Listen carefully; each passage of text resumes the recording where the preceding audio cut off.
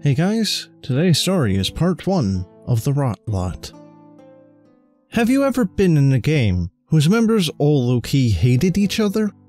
Well, maybe not hate, but definitely wanted to win their game? Anyways, this is the tale of a group who love to play, but not work as a group. And it was so evident that we didn't like to work with each other that we called ourselves The Rot Lot. I have a few tales of this group and will be posting them all if I can.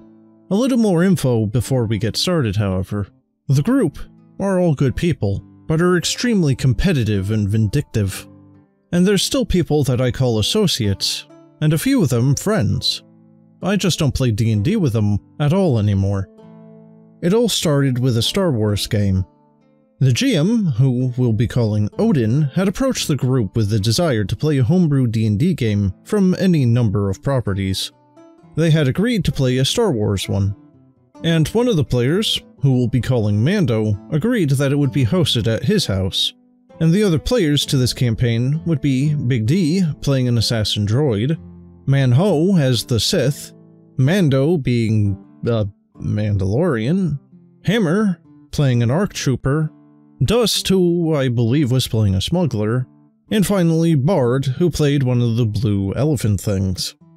I wasn't in this group, but I've heard both sides of the story, and will give you what I was able to put together.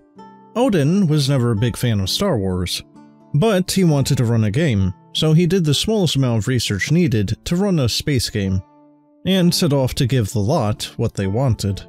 He did that a lot in these tales.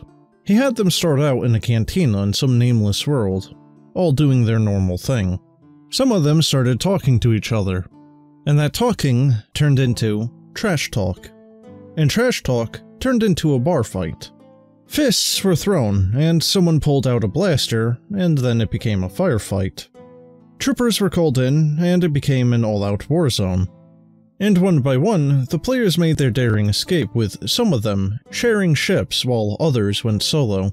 The ARC Trooper and the droid had band together, while the Bard and Dust had to steal a ship to get away. The Mando had a ship, and the Sith stole one. Odin had nearly crapped himself with how big of a fustercluck the Session Zero was. Now, anyone else would have stopped right then and there, and said that this would never work. But the lot were in full solo mode at this point. Odin still wanted to play, so one by one he asked each player's goals. The Sith wanted power. The Mando wanted power as well, but being that he had the highest AC of the group and the most weapons, and the ability to fly and shoot fire, it was safe to say that he had already had what he wanted, so he went for money. The droid had a more interesting wish. Big D was the know-it-all of Star Wars lore, and he wanted to find this long-forgotten mech suit and download himself into it so that he would be unstoppable. And the others, well, they just wanted to play. Odin had a plan. He would do a time jump in-game, and each party would go out in search of what they were looking for, and the dice would decide what they got. The Sith found a world with a long-forgotten temple on it, and through luck, he was able to find a Sith holocron that taught him how to use Sith lightning, while everyone else pretty much came up with nothing. A whisper here, a lead there, but nothing closer to their goals. And somehow, they all met back up and were tasked as a group to steal supplies for the rebels. This had them dodging danger left and right, and a few of the members wanted to take the fight to the enemy, but the droid had a better idea. He wanted to sneak through the air duct to get to the control room, and the droid was built with sound dampeners to help hide its movement. This was Big D's lore explanation for his actions. Odin, on the other hand, didn't know if this was true or not. And being that Odin didn't read up on any of the inner workings of his character, he had decided that the act of this droid crawling through the air ducts would make one heck of a racket. And soon, the whole place was on high alert. This did cause an argument between Big D and Odin, lasting for a good 30 minutes, before they stopped and continued that game. In the center of this nameless complex, the group found themselves beset on all sides by heavy blaster fire, and more troops poured into this large room, as the group fought tooth and nail to clear a way out. And then, it happened. Someone managed to hit the Sith on a nat 20. Some say it was one of the troopers. Others say it was the Bard, who apparently was secretly a Jedi. But the result was the loss of a hand for the Sith. And that's when Odin enacted the end of his game. He gave the Sith a new berserk power that would be triggered whenever he would get hit for a large amount of damage, or if his HP got low. And it would cause him to heal back up to half health, and allow him to chain attacks. So as long as he rolled high, he could keep attacking. The group saw the rage flying in the air and thought it was the perfect time to get out of there. They locked the door on their way out, leaving the Sith in the room with the troopers. And he kept rolling high, so he kept cutting them down, one by one. Arms, heads, legs.